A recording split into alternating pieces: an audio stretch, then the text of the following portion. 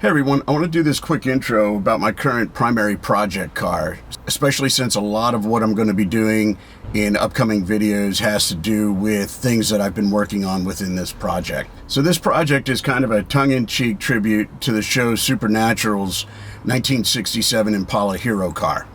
My project concept was inspired by two of the show's characters, who are a goofy mimic of the show's primary characters. They're called the Ghostfacers. So, much like how those characters are a comedic twist on the primary characters, my tribute car is a light twist on the show's hero car. As I mentioned, the hero car is a 67 Impala 4-door hardtop, and of course, my car is a 68 2-door coupe hardtop. There are also quite a few cosmetic differences between the two models. The most obvious being that the 68's half-size side-brow cornering lights are in stark contrast to the 67's full-length cornering lights. The interiors are also quite different, specifically between the 68's rectangular full-sweep gauges as opposed to the 67's much sportier round gauges. Since acquiring the car in 2022, I have completed a number of repairs, upgrades, and changes, such as new tires and wheels, put in new tubular front and rear suspension, upgraded to front disc brakes, put in new shocks, upgraded my rear shocks to Gabriel hijackers, which some people may not consider an upgrade, but I like the look. I engine swapped to a Gen 1 small block 350, upgraded to a Holley 600 CFM Street Warrior carb. I also upgraded my charging system for a one-wire internal regulated 100 amp alternator, and that included upgrading the charging wiring as well. I've also performed an interior conversion. After completely removing the interior, I PR-15'd it, I put in Dynamat soundproofing as well as 3/4 inch underlayment. I also installed the AAC Deluxe sandstone carpet. I converted the interior color to buckskin, which is the color used in the show, and I stripped and polished the headliner trim. It started out as black, I stripped it down to the stainless steel, and I can't afford to chrome it, but it still looks really sweet, even in stainless. I also converted the instrument panel to more closely match the hero car, which required fabricating a new instrument panel, fabricating a new wiring harness and bus connector, and installing vintage Stewart Warner gauges. And of course, I had to go with a bit more of a modern audio system. I fabricated and installed a trunk baffle and mounted a Blaupunk amp. I installed a Clarion EQ in the glove box, and I fabricated a custom package tray and installed 6.5-inch Hertz speakers.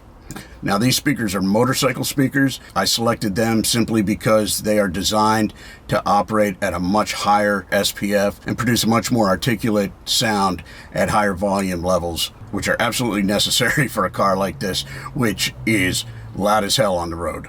Now, as far as the radio goes, I utilize two different radios. I have the screen-accurate radio that's used in Supernatural, the show, but for my daily driving, which is what I really do use the car for, I have a vintage Blaupunk SQR26 Denver model. Its date of manufacture was 1986, and the story behind that is really kind of interesting. I actually found it in a junkyard sitting in an old Fox body. Pulled it out, plugged it into the dash, and it still works amazing. So that's what I use on my daily drives. And last year, I performed a factory AC conversion. When I first bought the car, it had no AC whatsoever.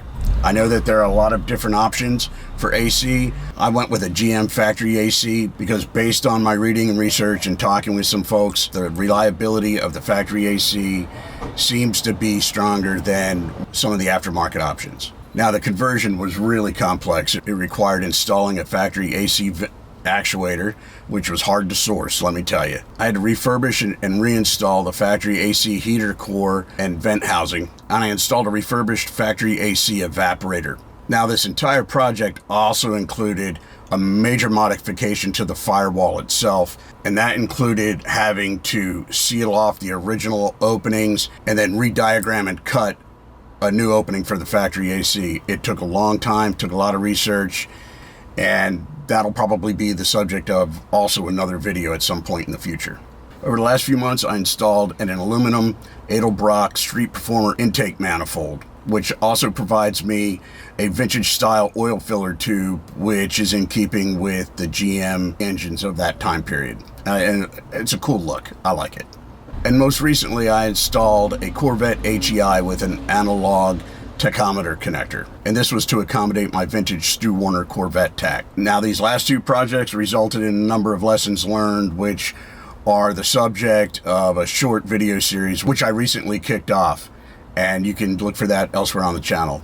So like I said at the beginning, I still have a number of actions and tasks scheduled for this car, which I'm going to be filming and will be the subject of some of the videos coming up. I also have another project car that will be the subject of another interview a little further down the road, maybe in another month or so, once I actually start getting into it, and more on that later. But again, thanks for tuning in, and I hope these videos of my projects and lessons learned are proving to be helpful to those of you who are also starting out on the journey of classic car ownership.